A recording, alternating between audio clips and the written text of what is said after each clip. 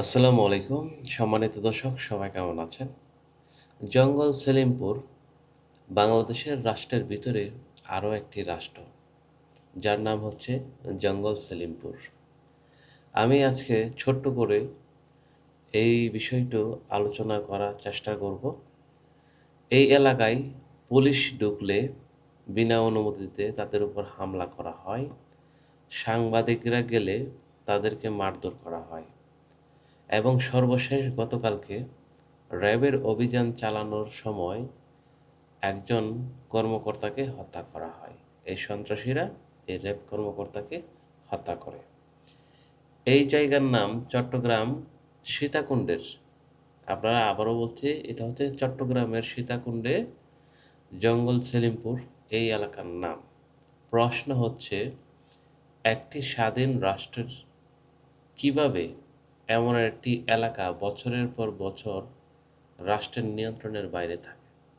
এটা আমার বাংলাদেশী নাগরিক হিসাবে বাংলাদেশ সরকারের কাছে আমার প্রশ্ন, একটি স্বাধীন রাষ্ট্র ভিতরে কিভাবে এমন একটি এলাকা বছরের পর বছর রাষ্ট্রের নিয়ন্ত্রণের বাইরে থাকে? ওইখানে সরকারি কোনো ব্যবস্থা কার্যকর নাই, কর ব্যবস্থা কার্যকর নাই, সরকারের কোনো নিয়ন্ত্রণ ওই এলাকার নিতে পারে না এবং ঢুকতে পারে না।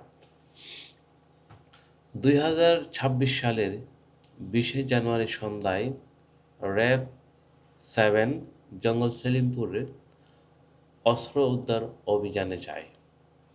অভিযানের সময় সশস্ত্র সন্ত্রাসী অতর্কিত হামলায় প্রকাশ্যে গুলি ছোড়া হয় এবং কয়েকজন র্যাব সদস্যকে জিম্মি করা হয়। এই হামলায় র্যাব ৭-এর উপসহকারী পরিচালক মোতালেব হোসেন ভূঁইয়া গুরুতর আহত হন। এরপর চিকিৎসাধীন অবস্থায় তিনি নিহত হন।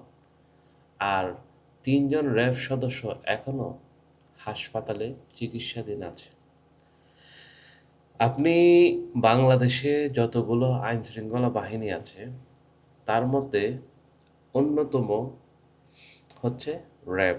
যে র্যাবকে দেখলে মানুষ দূর থেকে ভয় পেত, যে র্যাবের গাড়ি দেখলে মানুষ ভয় পেত, যে র্যাবের পোশাক এবং মুভমেন্ট দেখলে মানুষ ভয় পেত, সেই র্যাবকে আজকে গ্রুপিং হামলা মানে গ্রুপিং সন্ত্রাসী হামলার শিকার হয়ে মৃত্যুবরণ করতে হয়েছে।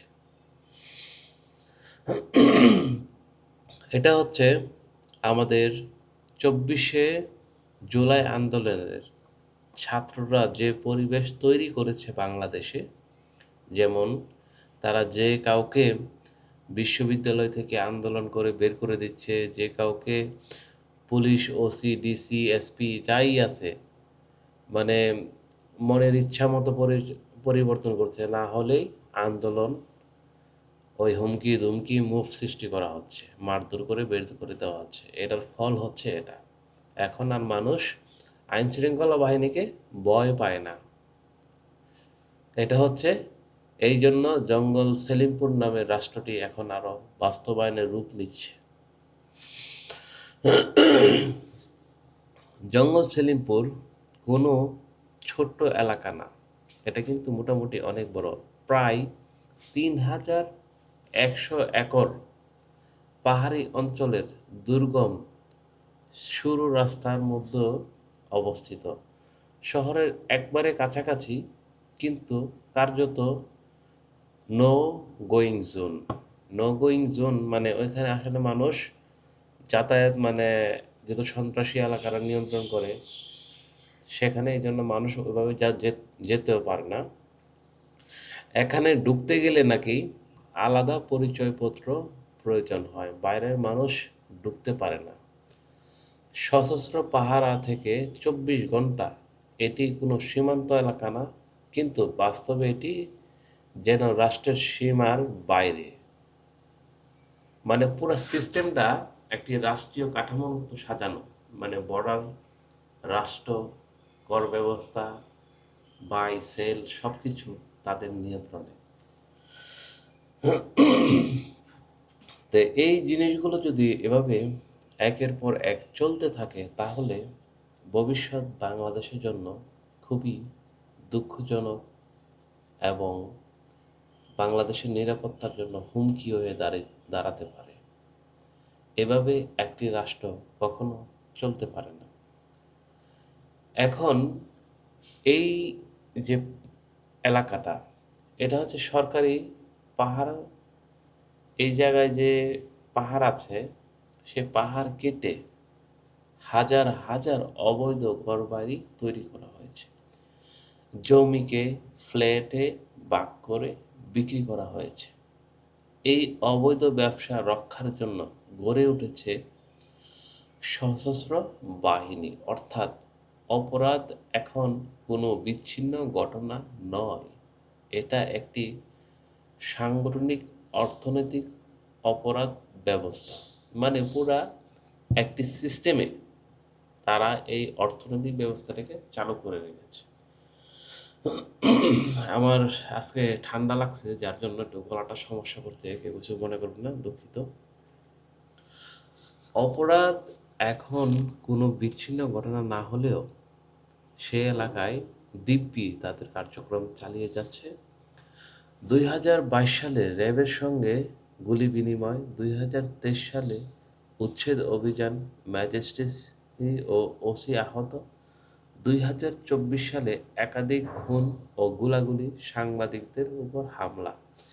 এখানে যে পুলিশ ২০২৩ সাল থেকে মানে যে রেকর্ডগুলো আছে, সেখানে অভিযান চালাতে গেলেই র্যাবের সাথে ২০২২ সালে একবার গোলাগুলি হয়েছে। ২০২৩ সালে উচ্ছেদ অভিযানে ম্যাজিস্ট্রেসি ও ওসি আহত হন। মানে ম্যাজিস্ট্রেটে অভিযান চালাতে গেলে তখন সেখানে আহত হন ওসি এবং ম্যাজিস্ট্রেট। ২০২৪ সালে ২৫ সালে একাধিক খুন, গোলাগুলি, সাংবাদিকদের উপর হামলা, এরকম ঘটনা ঘটেছে বহুবার। এখানে কেউ কাউকে দোষারোপ না করে একটি কঠিন প্রশ্ন করতে হয়, রাষ্ট্র কি এখানে ব্যর্থ হয়েছে? কারণ প্রশাসন গেলে হামলা হয়, পুলিশ গেলে গুলি চালায়, র্যাব গেলে প্রাণ দিতে হয়। যদি আইন শৃঙ্খলা বাহিনী নিরাপদে না থাকতে পারে, তাহলে সাধারণ মানুষের নিরাপত্তা কোথায়? রাষ্ট্রের কাছে এটাও আমার প্রশ্ন। সমাধান কি হতে পারে? সমাধান সহজ না, কিন্তু অসম্ভবও নয়। দীর্ঘমেয়াদী যৌথ অভিযান এখানে পরিচালনা করতে হবে। আমার ব্যক্তিগত মতামত, অবৈধ বসতি পুনর্বাসন পরিকল্পনা এগুলো সম্পূর্ণ বিতাড়িত করবে, কারণ এটা হচ্ছে সরকারি খাস জমি। অস্ত্রের উৎস চিহ্নিত করতে হবে, এখানে কোথায় থেকে অস্ত্র সাপ্লাই হয়, কোথায় থেকে সবকিছু সাপ্লাই হয়, সেগুলো চিহ্নিত করে তারপর ব্যবস্থা নিতে হবে। রাজনৈতিক ও প্রশাসনিক ছত্রছায়ায় তদন্ত, পাহাড় সংস্কার, আইন বাস্তবায়ন প্রয়োগ। একদিনের অভিযান দিয়ে ৪ দশকের সমস্যা সমাধান করা সম্ভব না। এটা নিয়মিত অভিযান টহল দিতে হবে, তা না হলে এটা আপনি বাস্তবায়ন করতে পারবেন না, নিয়ন্ত্রণ নিতে পারবেন না। এত বড় একটি সশস্ত্র সন্ত্রাসী গোষ্ঠীর বিরুদ্ধে আপনাকে নিয়মিত অভিযান করতে হবে এবং কোনায় কোনায় সেটাকে টহল জোরদার করতে হবে। একজন র্যাব কর্মকর্তাকে প্রাণ দিতে হয়েছে, তিনি শুধু একটি দায়িত্ব পালন করতে গিয়েছিলেন। প্রশ্ন হলো, এই মৃত্যু কি আরো ফাইলের ভেতরে হারিয়ে যাবে? মানে আমাদের দেশে কিছু হলে তো সে ফাইলগুলো ওই যে ক্লোজ হয়ে যায়, আর খোঁজ খবর নেওয়া হয় না কেন ঘটেছিল সেই ঘটনা। নাকি রাষ্ট্র এভাবে বলবে এই এলাকা রাষ্ট্রের অংশ না? আপনার মতামত কি? কমেন্টে লিখুন আপনার মতামত। যদি এই এলাকা রাষ্ট্রের অংশ না এইরকম হয়, তাহলে কমেন্টে লিখুন। ধন্যবাদ, সবাই ভালো থাকবেন। যদি আমাদের ভিডিও ভালো লাগে তাহলে অবশ্যই লাইক, কমেন্ট, শেয়ার করে পাশে থাকুন এবং সাবস্ক্রাইব করুন। আল্লাহ হাফেজ।